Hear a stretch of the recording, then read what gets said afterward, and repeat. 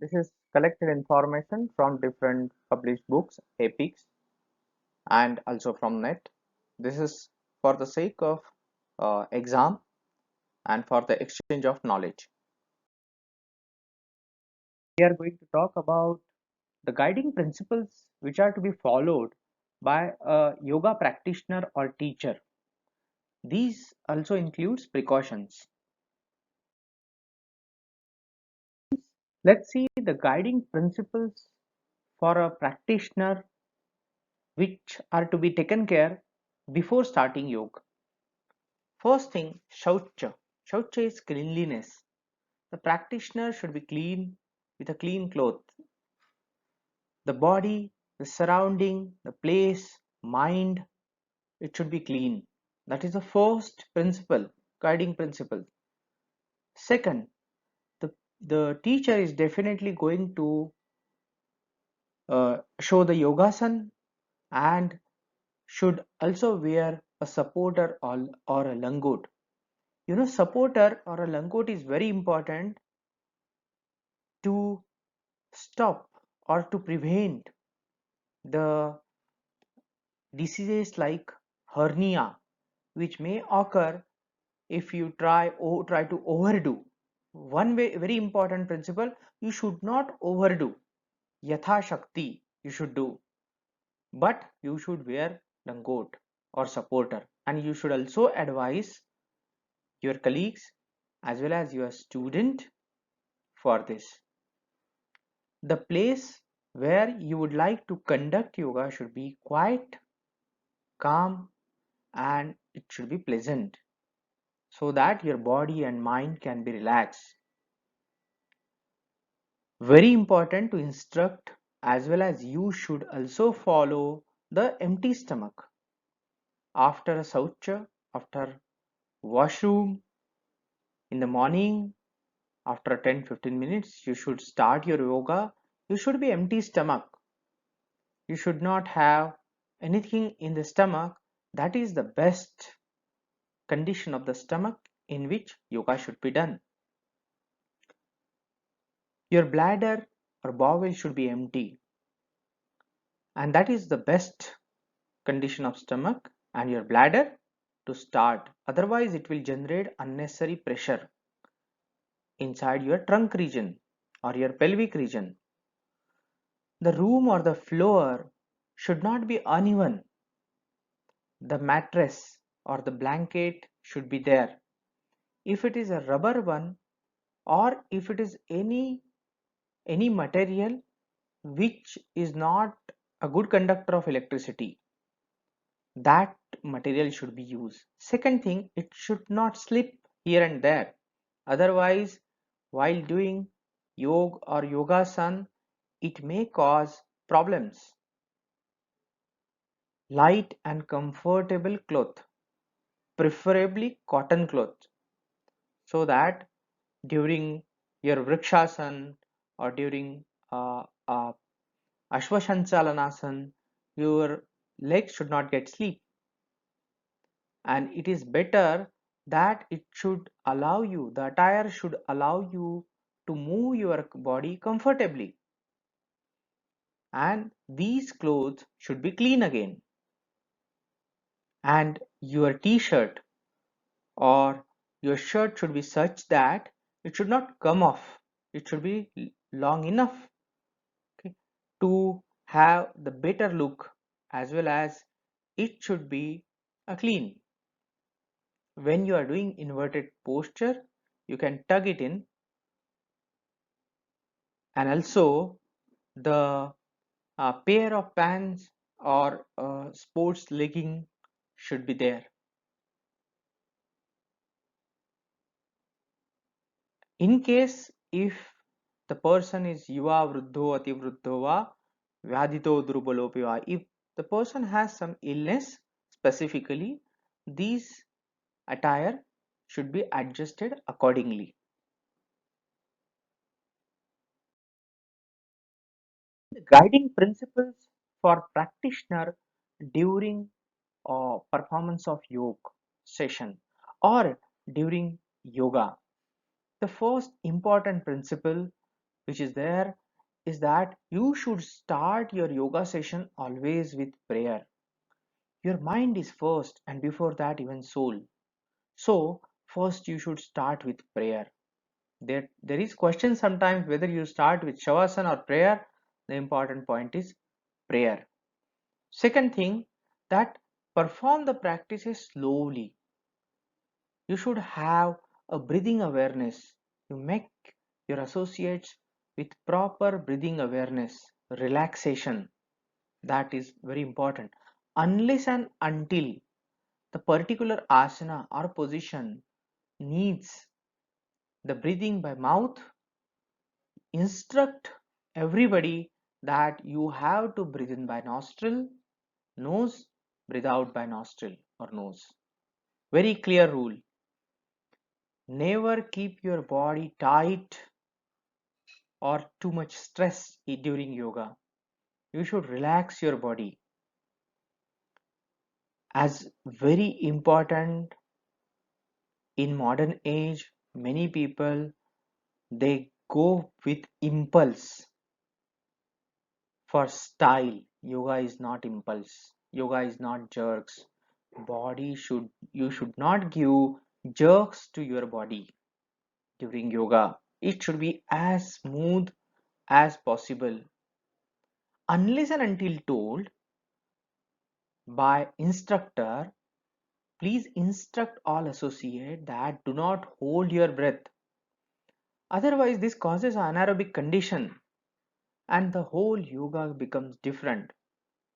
Only in case of Kumbhak, in case of some Shankha Prakshalana asana, this holding a breath is very important.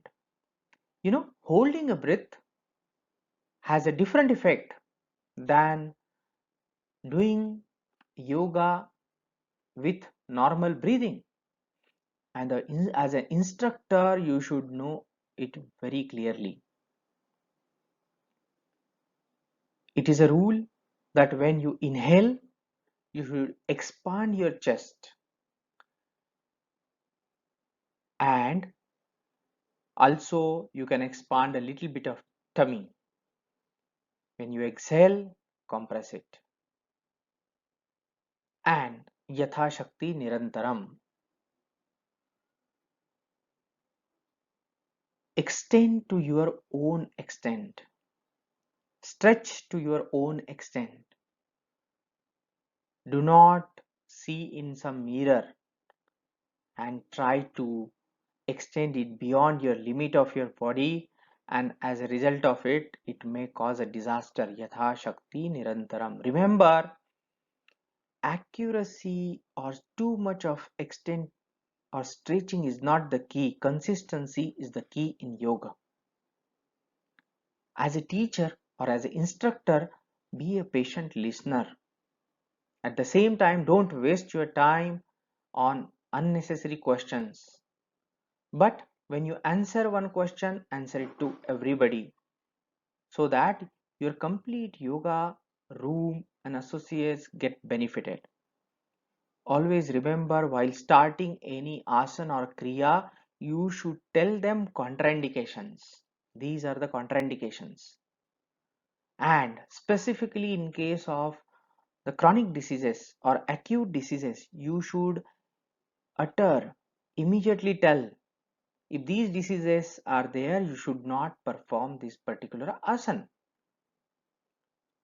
Example, if there is a pressure on the heart, you should not perform any asana which causes a pressure on the heart and which may shoot up the BP. If the person has BP, blood pressure, then you should instruct that this particular thing increases, particular asana increases the blood pressure, you should not do it. Also, to ladies, specifically you should mention in case of pregnancy and menstruation. And a doctor or yoga expert or therapist should be consulted. Very important. There may be cases, if you don't pay attention, the class will become a disaster. The guiding principles for a practitioner after yoga. First and foremost thing, yoga should end with a deep silence, Shanti part.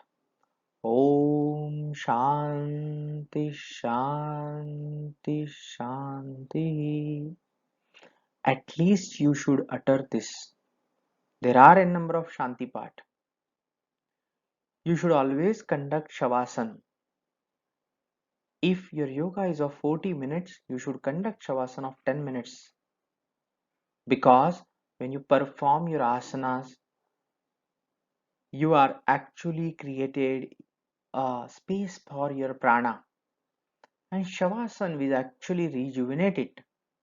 So it's very important to bring prana inside.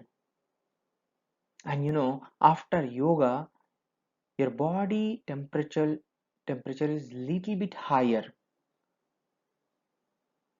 right? You are very active. Your metabolic rate is active. So you should bring that body to normal metabolic good pathway or good speed, and this need at least 15 minutes. So you should not take bath till 15 minutes. After 15 to 30 minutes you can take bath.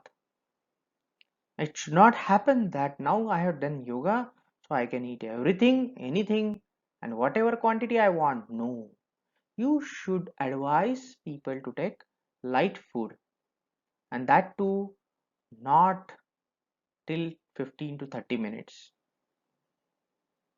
Your stomach digestion is different in these 15 minutes. You may overeat. You should not drink too much of water in this 15 to 30 minutes. Rather, you should not drink.